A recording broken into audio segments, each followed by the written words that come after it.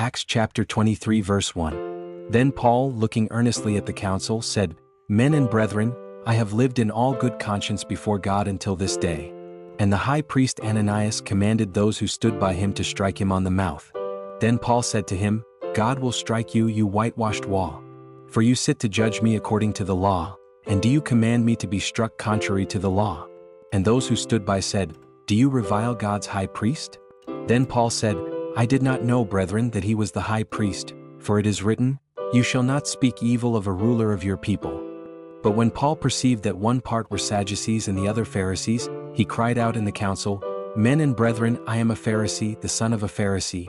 Concerning the hope and resurrection of the dead I am being judged. And when he had said this, a dissension arose between the Pharisees and the Sadducees, and the assembly was divided. For Sadducees say that there is no resurrection, and no angel or spirit, but the Pharisees confess both. Then there arose a loud outcry. And the scribes of the Pharisees' party arose and protested, saying, We find no evil in this man, but if a spirit or an angel has spoken to him, let us not fight against God. Now when there arose a great dissension, the commander, fearing lest Paul might be pulled to pieces by them, commanded the soldiers to go down and take him by force from among them, and bring him into the barracks.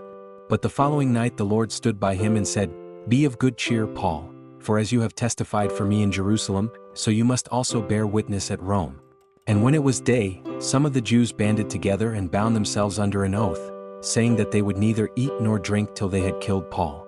Now there were more than 40 who had formed this conspiracy. They came to the chief priests and elders and said, We have bound ourselves under a great oath that we will eat nothing until we have killed Paul. Now you therefore, together with the council, suggest to the commander that he be brought down to you tomorrow, as though you were going to make further inquiries concerning him, but we are ready to kill him before he comes near. So when Paul's sister's son heard of their ambush, he went and entered the barracks and told Paul. Then Paul called one of the centurions to him and said, Take this young man to the commander, for he has something to tell him. So he took him and brought him to the commander and said, Paul the prisoner called me to him and asked me to bring this young man to you. He has something to say to you. Then the commander took him by the hand, went aside and asked privately, What is it that you have to tell me? And he said, The Jews have agreed to ask that you bring Paul down to the council tomorrow, as though they were going to inquire more fully about him. But do not yield to them, for more than 40 of them lie in wait for him, men who have bound themselves by an oath that they will neither eat nor drink till they have killed him. And now they are ready, waiting for the promise from you. So the commander let the young man depart and commanded him, Tell no one that you have revealed these things to me.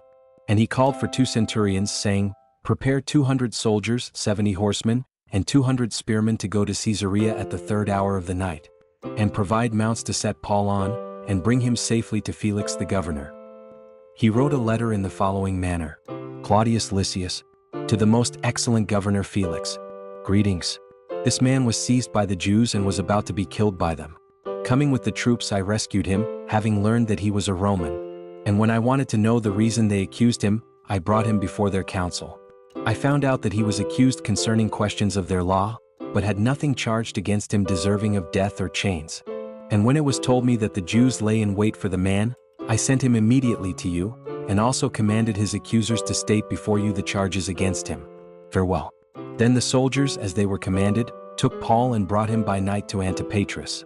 The next day they left the horsemen to go on with him and returned to the barracks. When they came to Caesarea and had delivered the letter to the governor, they also presented Paul to him.